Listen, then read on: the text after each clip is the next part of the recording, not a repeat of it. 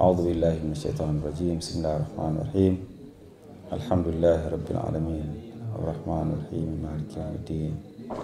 إياك نعبد وإياك نستعين. اهدنا الصراط المستقيم صراط الذين أنعمت عليهم غير المغضوب عليهم ولا الضالين.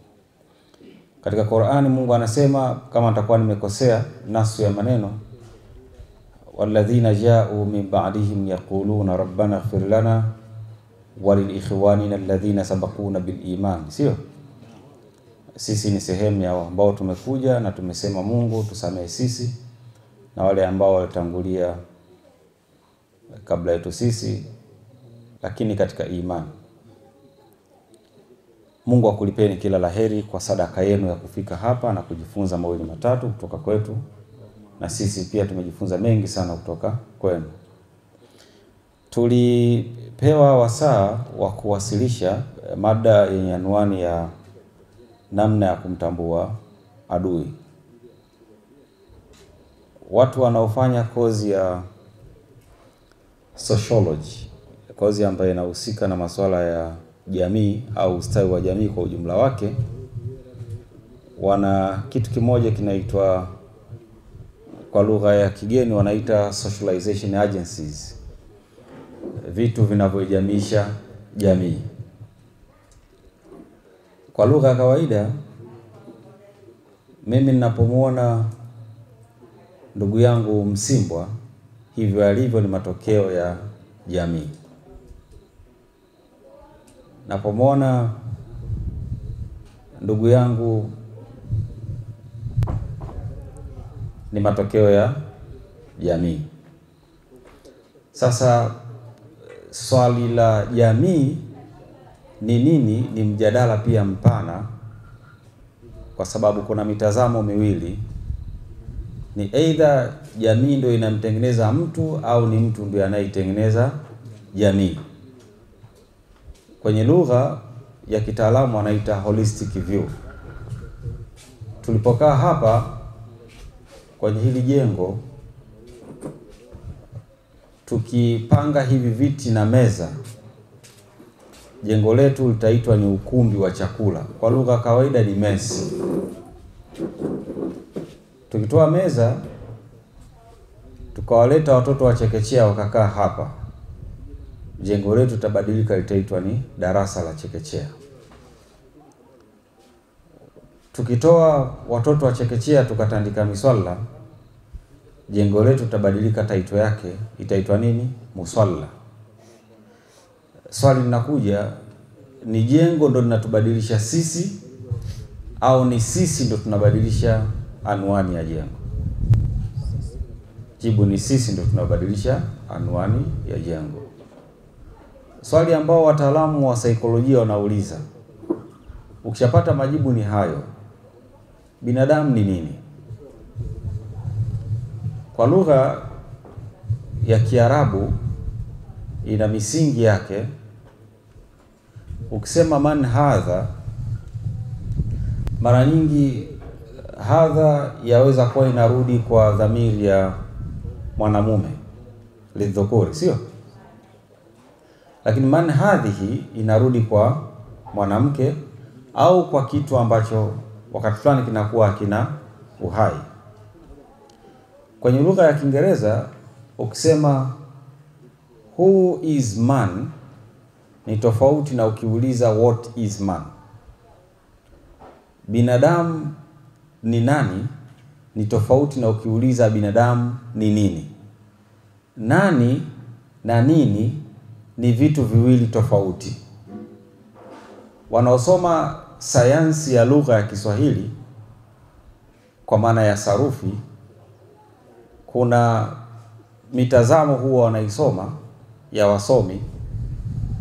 Wanasema moja ya mtazamo, kuna jambo mpaka sasa bado linaleta ukakasi miongoni mwa wataalamu mbalimbali, nalo ni nini maana ya maana. Nini maana ya maana? Maana ipo kwa mzungumzaji au maana ipo kwa msikilizaji? Ukirudi katika Qur'an, Mungu anasema laqad khalaqnal insana fi ahsan taqwim.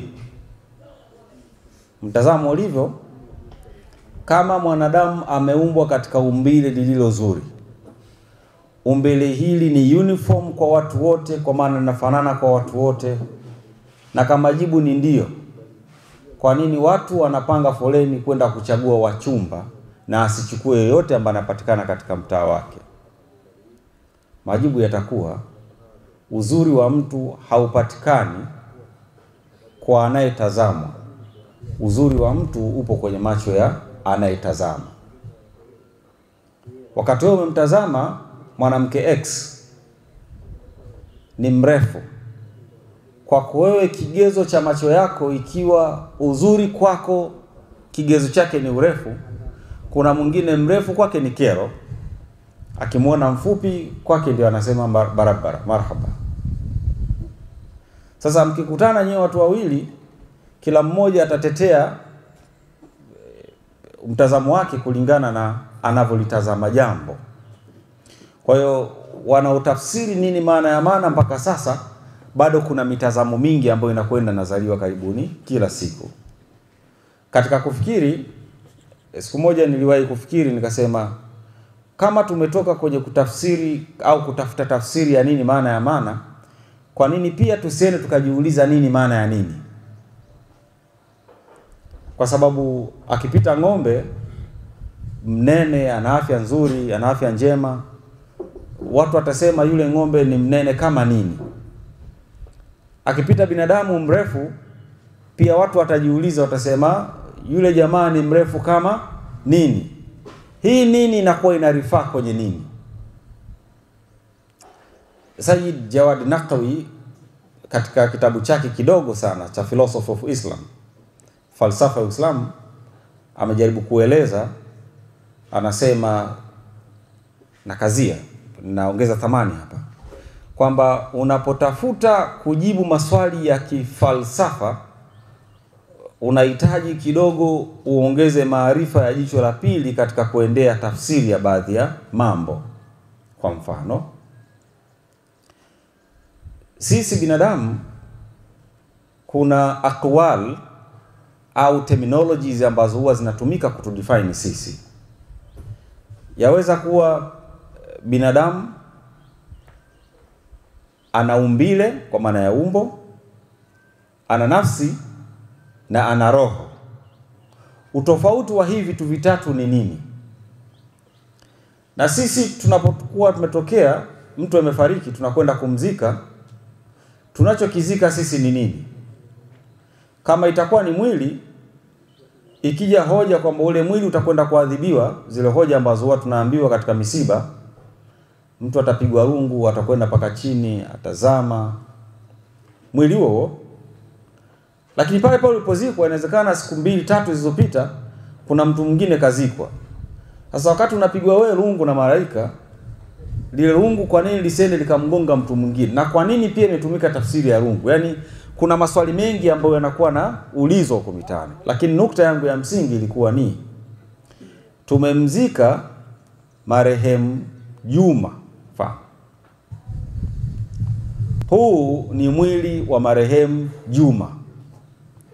Hili ni shati la marehemu Juma. Juma mwenyewe kabla hajafa alikuwa akizungumza, anasema huu ni mkono wangu, haya ni macho yangu, hili ni shati langu. Juma mwenyewe ni nani?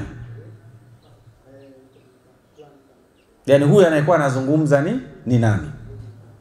Kwa hiyo wana filosofi wakasema, anapokuwa anajiuliza maswali hayo, jibu lake ni kwamba binadamu ni zao la fikra zake. Binadamu ni zao la fikra zake. Aliwahi kuimba msanii mmoja, anasema aliwazalo mjinga ndio litalo mtokea.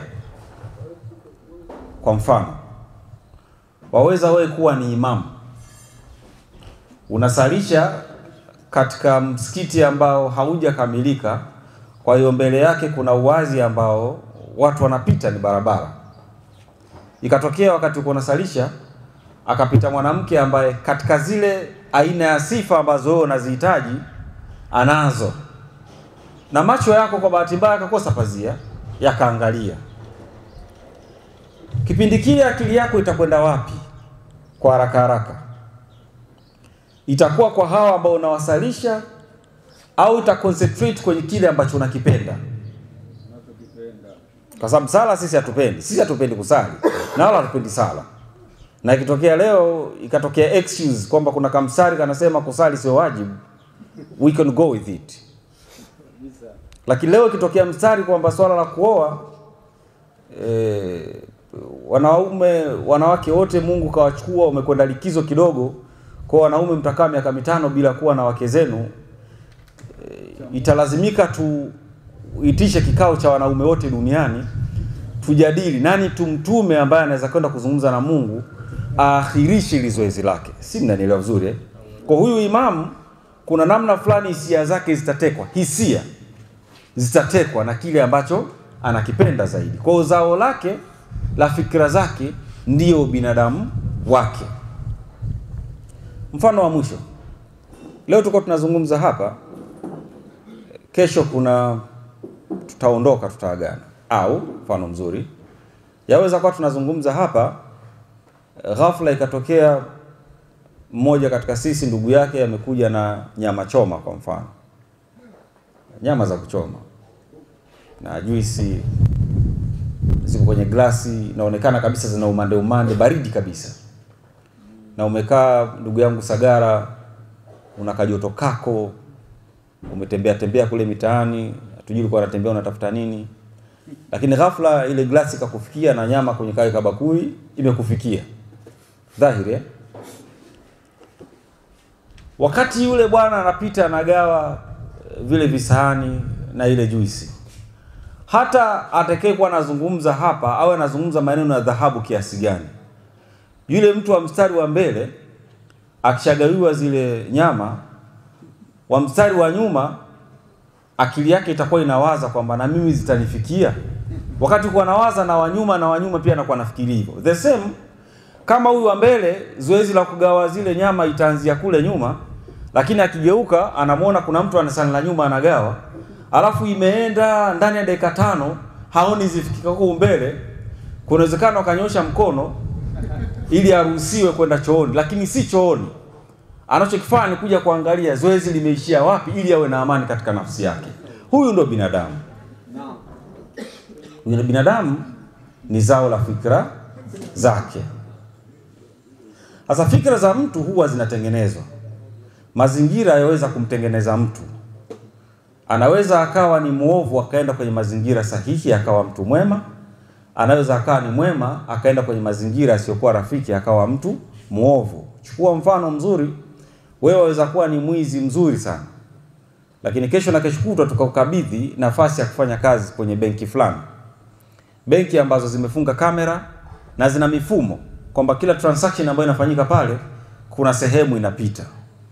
Kutokana na mfumo wa mifumo iliyoko pale, waweza kushindwa kuiba kwa sababu ya mfumo. Lakini huyu muungwana ambaye ni imamu wetu msikitini, ikitokea msikiti huwa hauna mfumo wa kufanya auditing, mahesabu ya kila mwaka, pesa iliingia kiasi gani, kutoka wapi na imefanya kazi gani, akawa hana mhasibu, yeye ndo mkusanya pesa, kila akirudi nyumbani ana pesa zake mfukoni, mfuko wa kanzu zimejaa. Kesho yake mke wake anamuuliza kiloba cha ngano kimekwisha, anachomoa, anapeleka, anaweka pale. Hatuwezi kusema kwamba anachokifanya ni kitu sio sahihi, lakini tunaweza tukasema pia anachokifanya si kitu sahihi kwa sababu zile pesa ni sadaka za waumini kwa ajili ya ujenzi wa nini? Wa msikiti au wa choo cha msikiti. Kwa lugha nyingine ni kwa mazingira ya imamu kuweka pesa yamemshawishi yeye kuwa mwizi. Kinyume chake, tulipaswa tuwe tuna department pale msikitini kumwepusha imamu kuingia kwenye zahma ya kutuhumiwa kama ni mwizi. Si ndugu zangu mnanielewa? Na ni cement hapo kwamba ili na sisi tuendelee kubaki salama kama viongozi wa dini huko misikitini kwetu, kwenye hauza zetu, kwenye madrasa zetu, kwenye taasisi zetu, tujenge mifumo rasmi ya kuwa na idara. Kwa lugha ya Kiswahili wanaita ugatuaji, lugha ya Kiingereza wanaita decentralization by delegation of power. Unafanya ugatuaji wa madaraka kwa watu ili wakusaidie majukumu. Kukusaidia majukumu mojawapo ni kukuepusha wewe na tuhuma za kula mali za waumini. Tutabaki tukiwa salama. Salawatu. Tukirudi pale pale, unaanza kuwaza, hivi hili nikalifanye kwa sababu juzi tumezungumza na mdhamini mmoja ameniambia ataniletea milioni 20 katika msikiti wangu kuutanua. Kwa nini lisisubiri wazo nimalize kwanza ule mradi, afu ndo baadaye ni mwajiri mtu au niitishe kamati pale wamchague mhasibu. Yaani unaanza kwanza kuwaza. Yaani hapa pengine uko unafikiri kwamba nikirudi kule kuna 500,000 zitaingia kwa ajili ya ununuzi wa mbuzi. Ili wazo kwa nini lisiji baadaye? Yaani tununue kwanza mbuzi, tukishamaliza. Sasa mtihani ulivyo ni kwamba wanaweza kaja mbuzi wa 500,000, ghafla akatokea mtu mmoja mwingine akasema nakuletea mbuzi wa milioni 1. Utalipostpone lile zoezi mpaka mwisho wa siku Mungu anakuingiza katika mtihani. Siku moja watu wanasema kuanzia leo hatuna imani na wewe kama imamu wetu, kaa pembeni. Kibarua kimeingia mchanga. Sasa nitaka kusema nini baada ya kuwa nimeweka huu utangulizi wa sampuli hii? Dunia ina maadui wa aina nyingi sana. Kuna maadui wa ndani na kuna maadui pia wa nje.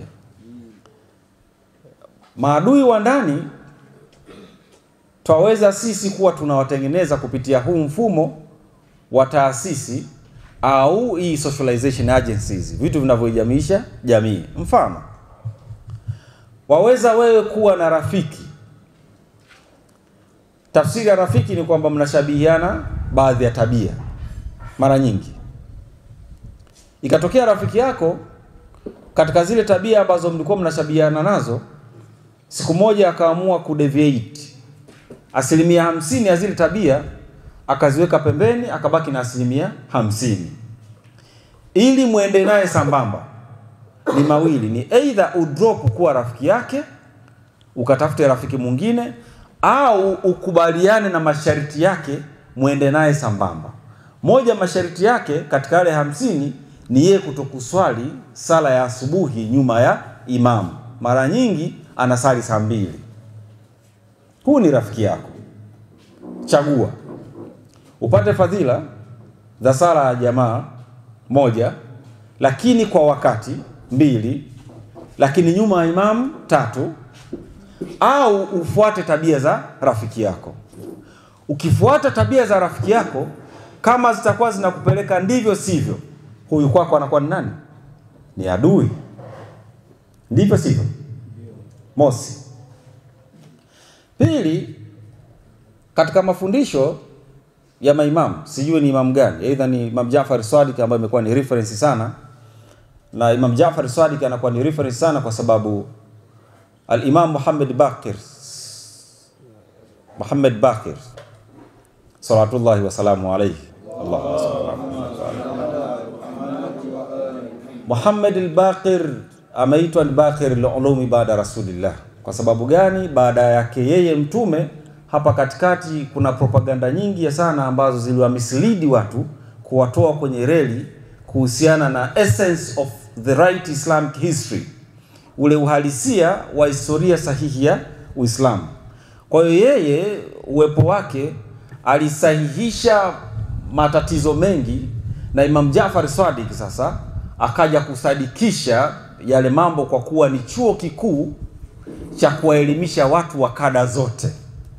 Kina al-Imam Shafi'i rahimahullah ni miongoni mwa watu ambao wamejifunza maalumati mengi sana kutoka kwa Imam Jaafar Sadiq. Ndivyo sivyo? Asante. Sasa nimetoa mfano huo nikitaka kurekebisha kauli yangu kwamba katika kutafsiri aya ya Mungu, mfano wetu ule wa chai haijafika hapa mstari wa mbele na watu washaanza kugeuka, sio? Asante. Katika kutafsiri aya ya Mungu kwamba innama amwalukum wa auladukum fitna, anatueleza katika mafundisho ni either Imam Jaafar Sadiq au Imam Sajjad Zainul Abidin salawatullahi wa salamu alayhi, kwamba unapokuwa unamuomba Mungu dua, usimwambie Mungu akuepushe na fitna. Usimwambie Mungu akuepushe na nini? Na fitna. Ila mueleze Mungu akuepushe na matokeo ya fitna. Kwa nini? Innama amwalukum wa auladukum fitna. Mali zenu, watoto zenu, na katika kauli nyingine na wake zenu ni sehemu ya nini? Ya fitna. Unapomwambia Mungu akuepushe na fitna, tafsiri yake unataka usiwi na mali, unataka usiwi na watoto, unataka usiwi na mke. Zuyina linnas hubbu shahawati minan nisa, Ibrahim, sio? Mapambo hayo. Lakini matokeo ya fitna nini? Kama hii familia yako itakuwa ni chanzo kitakachochagiza wewe kutengeneza uadui kati yako wewe na aliyekuumba, manake hawa ni maadui. Kisa mashuhuri kizuri sana. Wakati Musa anazungumza na watu, kuna level fulani alifikia, mtanisamehe kama atakuwa nimemkosea mtume, Mungu anisamehe. Kuna level fulani alifikia, akahisi level ya uelewa wake ni kubwa ukilinganisha na watu wengine. Katika kutaka Mungu kumtengenezea akhlaq nzuri na mafuhumu mazuri, akalazimika kumtuma aende akasome philosophy kwa Khidri. Ndivyo sivyo? Aliondoka na sehemu ya kijana wake mmoja, hata idha laqiya, kuna kile kisa ghulamun, au sio? Walifika sehemu moja, wako na Khidri, wakakutana na kijana, sio mtoto, ni kijana, maana kashapevuka. Walimuua. Qur'ani imezungumza Khidri aliamua kufanyaje? Kumuua. Musa akasema unaua nafsi ambayo haina haki ya kuuawa. Khidri alimueleza tu kwamba sikukueleza kwamba lam tastatoya amaya sabra, hautuweza kusubiri fikra ngumu ndizo nazo. Mwisho katika kufanya zile analysis zao na research, alikuja akampatia majibu. Fa ammal ghulam, kuhusiana na ile aspect ya yule kijana, alikuwa na wazazi wake wawili, lakini wale wazazi walikuwa wanampenda sana yule kijana wao. Essence inasemaje? Nazungumzia kijana. Kuhusiana na kijana, nikataka wale wazazi kupitia mapenzi yao kwa yule kijana wao wasifikie hatua yule kijana akawa ni sababu ya kuwatoa kwenye reli. Kwa huyu kijana, matokeo yake ilikuwa ni kuwafanya wale wazazi wafanyaje? Wamwasi Mungu. My question to you, my dear brothers, nyumbani kwetu sisi tuna watoto, tunawapenda. Nyumbani kwetu sisi tuna familia, tuna dada zetu, tuna dependents, tuna watu ambao wanatutegemea katika maisha yetu. Waweza kuwa na familia ya watu 10 nyumbani kwako, lakini anayesali ni mtu mmoja katika familia. It's you only. Na wewe ndiye unayenunua betri za remote, ni wewe ambaye unanunua, unalipia kingamuzi kwa ajili ya watoto na familia kuangalia program mbalimbali, na ni wewe ambaye unaweza ukatoa amri kwamba adhana inapotoka hayya ala swala, zimeni TV tukaswali. Anaitwita ndiye huyu ambaye ametuazima macho ya kutazama, ametuazima masikio ya kufanyaje? Ya kusikiliza. We have to go to show our obedience to him.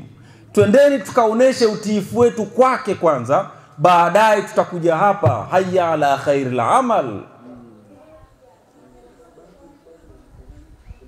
Ukishindwa, maana ile familia yako na whatever kind of resources you have at home, na rasilimali zote ambazo uko nazo pale nyumbani kwako, zote kwako ni nini? Ni maadui. Qur'an inasemaje? Hakika shetani nani?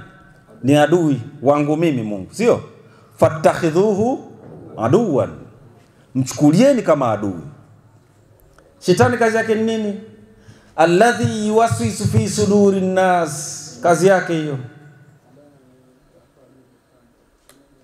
Ukihofu ukashindwa kuchukua majukumu yako kama mzazi, utakumbuka yale maneno, kullukum ra'in, kila mmoja ni mchunga na kila mchunga ataulizwa kwa kile alicho kichunga.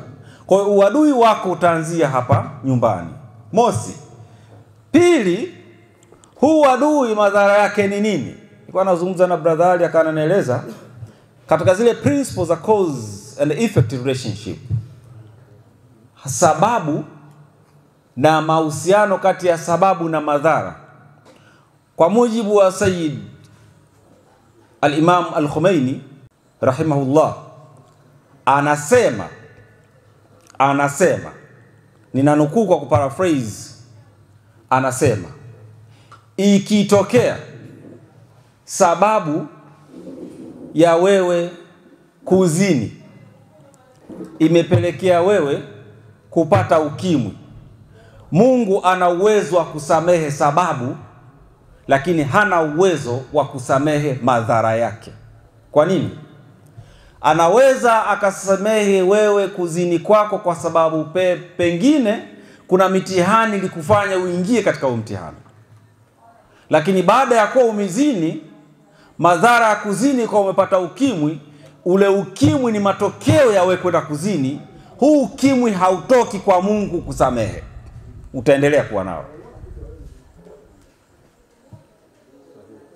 Ikitokea sasa kununua kwako TV nyumbani ni sababu ya familia yako kuto kwenda kusali, sababu, sio? Mungu anaweza kusamehe sababu ya wewe kununua TV. Lakini matokeo ya TV kuifanya familia yako kuto kwenda kusali. Na sala na kazi gani? Mosi, wa aqimis salata lidhikri, au sio? Ndio na attend 5 times a day, mara 5 kwa siku. Unarejesha we mrejesho wa maelezo yako kwa kumwambia Mungu iyyaka na'budu wa iyyaka nasta'in. Kwa sababu gani? Yeye ndo Rabbul Alamin, ni mlezi. Unakuja kujipendekeza kwake, Mungu, hii pumzi ndio nayo mpaka sasa ni kwa sababu we mlezi wangu umeniruzuku kwayo. Pili, ibada ya sala, inna salata tanha anil fahsha'i wal munkar. Moja ya kazi ya swala ni kufanyaje? Ni kumkataza mtu au yaweza kumtengeneza mtu akaepukana na maovu na machafu. Lakini tatu, moja ya kazi ya swala ni nini? Inna salata kanat ala almu'minina kitaban mawquta, sio? Sala yamfanya mtu awe ni pancho au good time manager.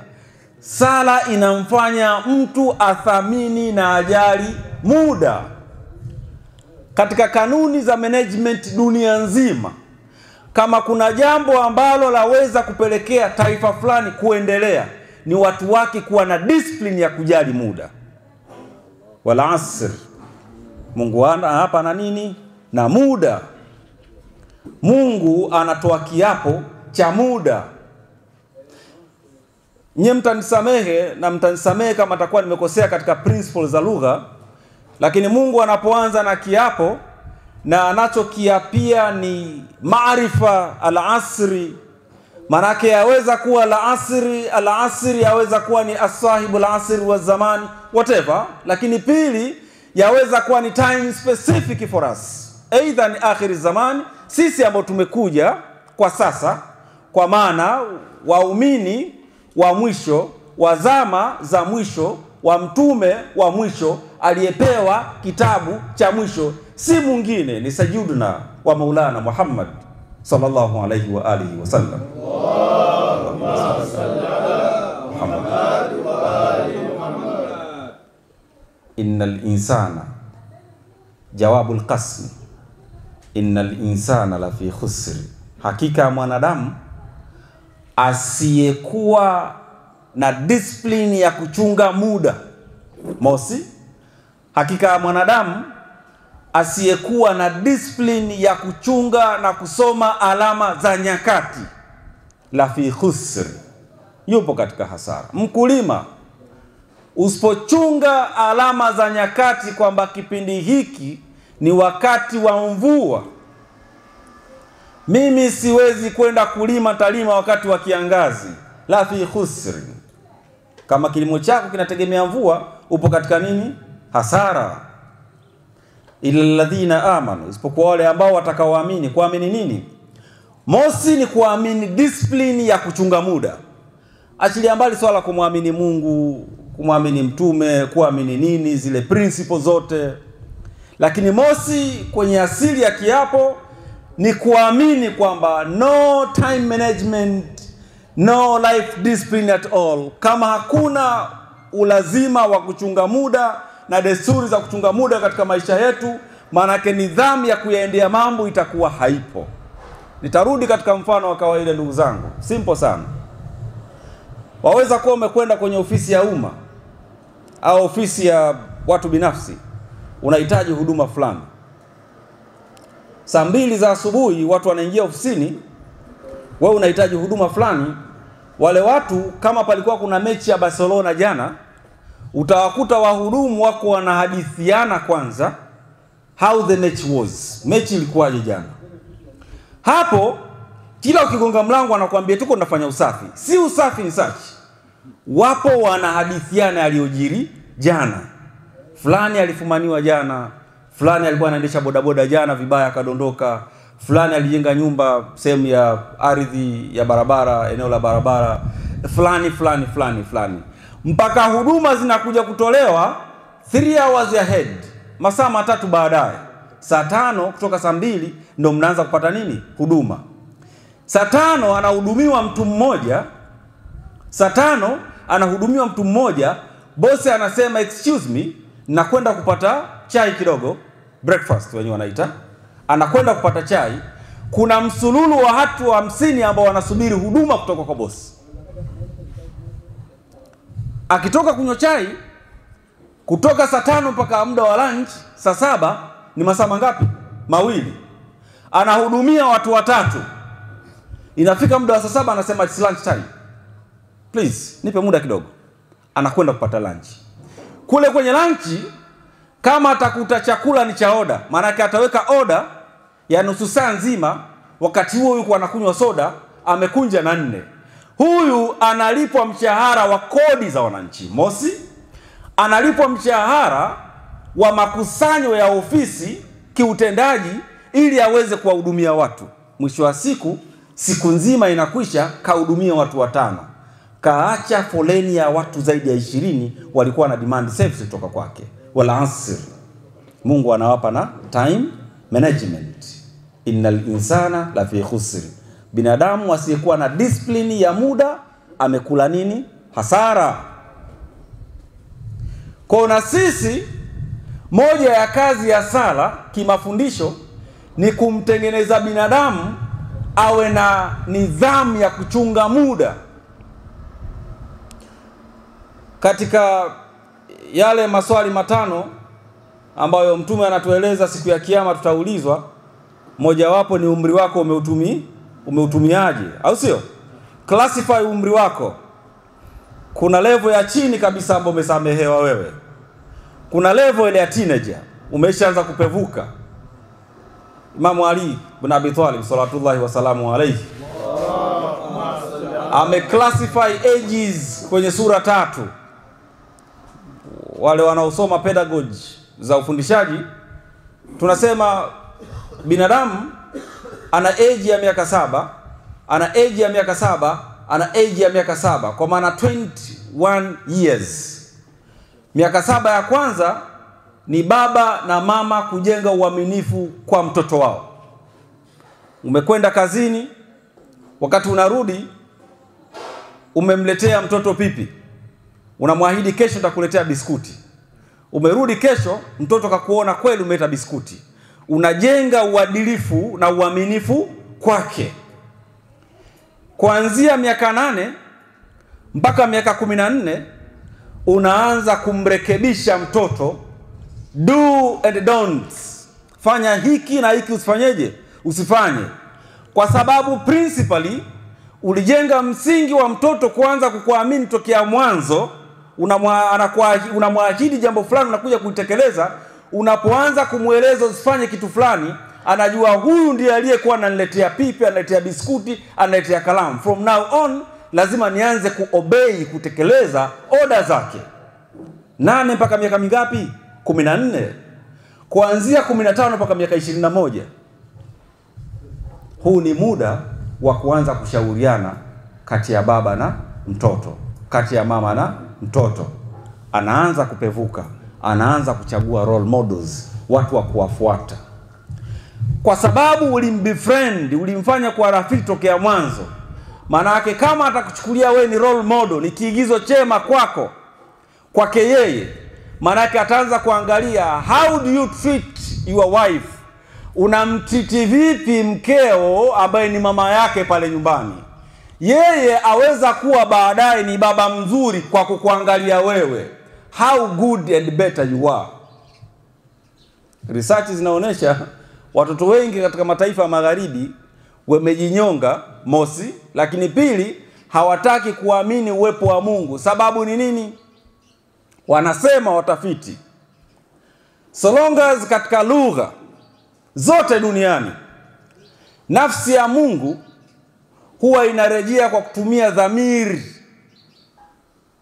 ya nini? Ya mwanaume, si ndivyo? Huwallahu, au sio? Alladhi khalaqa as-samawati wal ard, inarudi kwa dhamiri ya nini? Ya mwanaume. Kwenye lugha ya Kiingereza wanasema he, kama itakuwa ni subject, kama itakuwa ni object watasema him, na sio she wala ha. Si tunaelewana vizuri? Nenda katika lugha zote, fanya tafiti.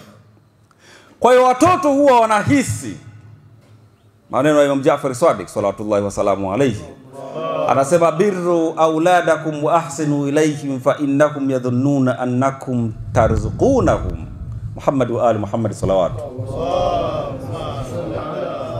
Waleeni watoto wenu ni such a way, katika njia ambayo itakuwa ni nzuri, lakini mfanye vizuri katika malezi yao. Kwa nini? Kwa sababu watoto kikanuni huwa wanahisi nyie ndio mnatoa nini? Riziki. Msingi wa riziki kwa mujibu wa mafundisho, Mungu ndio Ar-Razzaq, ndio mtoaji wa nini? Wa riziki. Hasa we baba, ukiwa si mtoaji wa chakula kizuri nyumbani, mtoto anachukulia kwamba kwa sababu Mungu huwa anatumia dhamiri ya mwanaume, maana yake Mungu atakuwa na tabia kama zako. Mwisho wa siku ukimwambia twende tukamwabudu Mungu, hawezi kwenda kwa sababu anajua Mungu ana tabia kama za baba.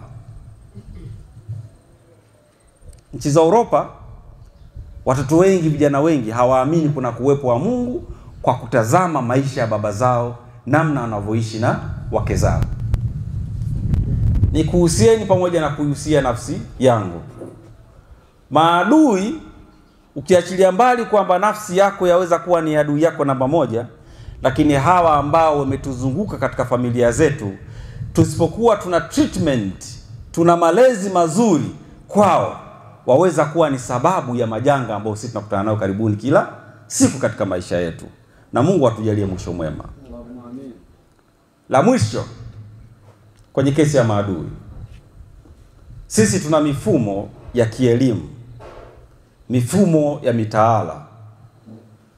Watu wanapofanya mabadiliko katika nchi, aidha katika mfumo wa kimapinduzi, katika mfumo wa kidiplomasia, demokrasia na kadhalika, cha kwanza ambacho huwa wanakifocus ni kwenda kudili na mitaala, kubadilisha nini? Mitaala. Kwa nini mitaala?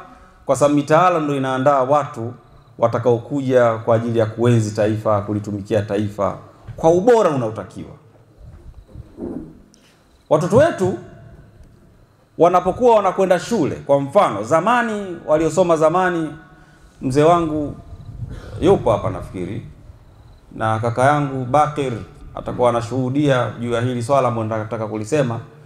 Kule chekechea walimu walikuwa wanatuimbisha, asiyependa shule ni mjinga kabisa.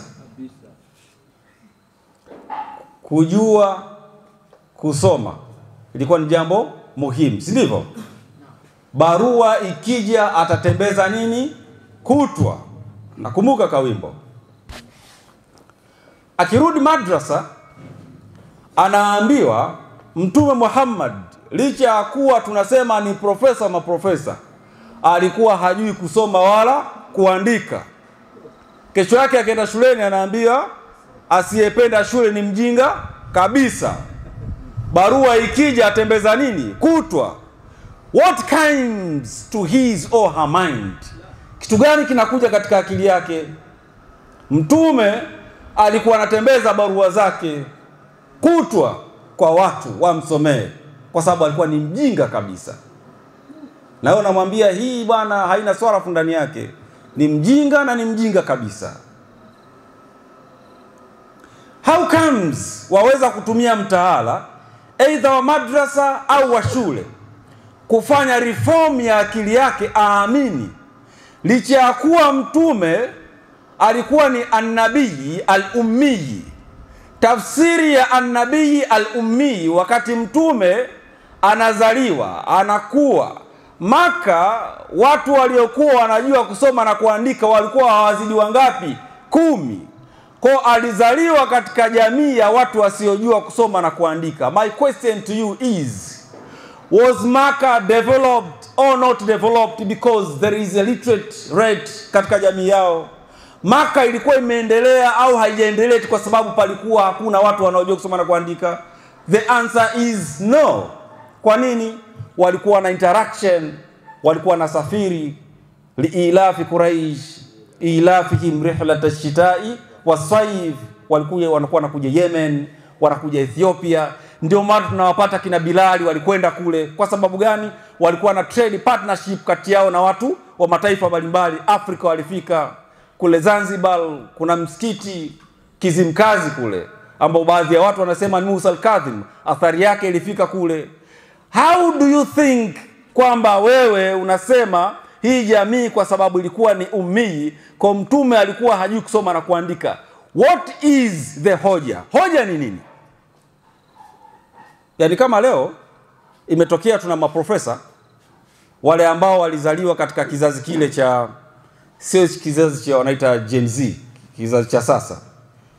Kuna generation Y, kuna generation X, kuna generation Z. Sasa nyuma ya Y palikuwa kuna generation zipi? Kuna watu walisoma kipindi kile walikuwa ni maprofesa. Leo unaweza kumpelekea kompyuta, hata uwezo wa kushika mouse hana, lakini profesa. Kutokuwa na uwezo wa kushika mouse kuna muondolea sifa ya kuwa yeye ni profesa? Na kuulizeni, kutokuwa na uwezo wa kushika kompyuta na kuitumia kuna muondolea vigezo vya yeye kuwa profesa? Hapana. Kutokujua kusoma na kuandika Mwalimu Nyerere mwaka 1984 alipokwenda Uingereza, wakati anazungumza na wanafunzi wa vyuo vikuu, anasema mwanafunzi wa chuo kikuu ni yule ambaye ameacquire knowledge and skills, amepata maarifa na ujuzi ambao akirudi katika jamii yake ataufanyia application na jamii yake inufaike. How many degrees do we have in our societies na hazina faida? Ni ngapi degree tunazo katika jamii zetu na hazina faida kwetu? A lot of them. Jamani, tunaelewana vizuri eh? Kwa hiyo hii hoja ni hoja nyepesi sana. Ni kweli Mtume alikuwa hajui kusoma na kuandika. No problem. What made him to be literate? Kitu gani kilimfanya asijue kusoma na kuandika? Kwa mfano, kama hoja itakuwa ni kweli. Kwa sababu palikuwa kuna hoja ya pili ambayo inakuja. Kwa nini? Moja ya muujiza mkubwa uliotamalaki katika ulimwengu huu tokea dunia kuumbwa ni uwepo wa Qur'an. Inna nahnu nazzalna dhikra wa inna lahu lahafidhin. Abu Lahabi wakati nashuka tabbat yada abi lahabin wa tabba, sio ma aghna anhu maluhu wa ma kasaba. Alikuwa yupo hai, amekufa? Alikuwa hai. Alishindwaje kubadilisha yale maamuzi yake ya kusema nataka ni improve mtume wrong na kuanza kuwa mwema, ili ile aya ije aya nyingine kuwa ni nasikh afu hiyo ni mansukh? Farao wakati ameshindwa kumwamini Musa, baadaye ikaenda akafanya aliyofanya, lakini mwisho wa siku alisemaje? Amantu, wakati anazama, amantu annahu la ilaha illa alladhi amanat bihi banu Israil wa ana minal muslimin. Dakika za mwisho Mungu anamuulizaje? Al'an wa qad asaita qabla wa kunta minal mufsidin. Qur'an inazungumza hivyo, surati Yunus, sio? Huu muujiza mtume atauprove vipi kama si wa kwake? Ingetokea hoja mtume anajua kusoma na kuandika, ingekuja hoja ya pili kwamba mtume atakuwa aliandika maelezo ni ya kwake. Rahisi. Kwa swala la kujua kusoma na kuandika, it's not hoja. Kwa nini? Tuna maprofesa ambao licha ya kuwa ni maprofesa wana doctorate, lakini kwa miaka ambao wamesoma wao kompyuta hazikuwepo. Ukija wewe na kadigiri kako na kadiploma kako na certificate kako ukasema huyu si profesa kwa sababu hajui kusoma na kuandika kwa kutumia kompyuta, wewe uko wrong. Kwa sababu kigezo ambacho nakitumia ni kigezo kimoja ambacho hakishikiki. Wakati wewe unazungumza kompyuta, kuna technology zimezaliwa kwa sasa wanaita nano technology, zinakuja kila siku, na wewe mwisho wa siku atakuja kukudisqualify kwa maana wewe pia sio msomi. Atakayebaki salama ni nani? Mitaala ni sehemu ambayo kama haikutazamwa kwa jicho pevu yaweza kuwa ni tatizo kwetu katika maisha yetu. Kwa nini? Wanacholishwa watoto na wanachoaminishwa na kile ambacho wanakuja kukiona kwetu kama walimu mubalighina na kukifanyia kazi kupitia maswali, hakuna relevance, uhusiano unakuwa haupo. Ili tuweze kuvunja hoja hizi, tuitazame mitaala, tuangalie challenge zilizoko huko, afu tuangalie Qur'ani inazungumzaje, sunna za nabii pamoja na mawali wake wanazungumzaje. Tutajibu hoja zote hizi na fitna zitakwenda zinapungua karibuni kila siku. Tutakuwa tunapunguza maadui karibuni kila siku.